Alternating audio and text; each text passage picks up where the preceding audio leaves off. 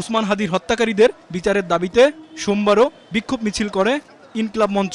রাজধানী শাহবাগ থেকে শুরু হয়ে কেন্দ্রীয় শহীদ মিনারে শেষ হয় মিছিল। মিছিল শেষে বক্তব্য রাখেন ইনকিলাব মঞ্চের নেতারা। উসমান হাদির হত্যাকাণ্ডের ন্যায় বিচার নিশ্চিতে আগামী ২৪ ঘন্টার মধ্যে আলাদা বিচারিক ট্রাইব্যুনাল গঠনের দাবি জানান বক্তারা। ভরসা পেতে নিজেকে হতে হয় পাতের মতো দৃঢ়, ঠিক যেমনটা জেরুসালেম। খুনিদের বিচারের জন্য একটি দ্রুত বিচারিক ট্রাইব্যুনালের মধ্য দিয়ে ৩০ কার্য দিবসের মধ্যে এই বিচার কার্য সম্পন্ন করতে হবে এবং তদন্তের জন্য FBI থেকে শুরু করে আন্তর্জাতিক গোয়েন্দা সংস্থা যারা পেশাদারী এবং নির্ভরযোগ্য তাদেরকে এই মামলার তদন্তের সাথে যুক্ত করতে হবে। অভিযোগ করেন যে সরকার হাদি হত্যার আসামিদের গ্রেফতার করতে পারে না, তারা কিভাবে সুষ্ঠু নির্বাচন করবে। হাদির বিচার নিশ্চিত না হওয়া পর্যন্ত রাজপথ না ছাড়ার হুঁশিয়ারি দেন তারা।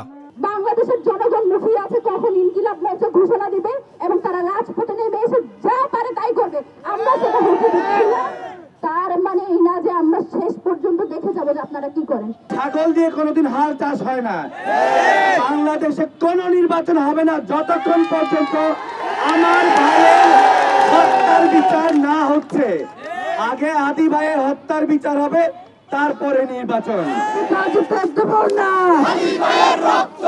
এ সময় উসমান হাদির ভাই শরীফ ওমর বিন হাদি দাবি করেন, খুনি যেখানেই থাকুক ২৪ ঘন্টার মধ্যে তাকে গ্রেফতার করতে হবে। হাদির খুনিরা যেখানে আছে, যে এজেন্সির কাছে আছে অথবা দেশের বাইরেও যদি যেয়ে থাকে, সরকারের ওই দেশের সরকারের সাথে সমঝোতা করে খুনিকে আমাদের সামনে হাজির করতেই হবে। এর আগে উসমান হাদিকে শহীদ ঘোষণার গ্যাজেট প্রকাশ এবং আসামি গ্রেফতারের দাবিতে রাজধানী শাহবাগে সংবাদ সম্মেলন করে ইনকিলাব মঞ্চ। নির্বাচনের আগে বিচার নিশ্চিত করতে হবে, এরপর নির্বাচনের আগে। আইমন সাজিদ, স্টার নিউজ, ঢাকা।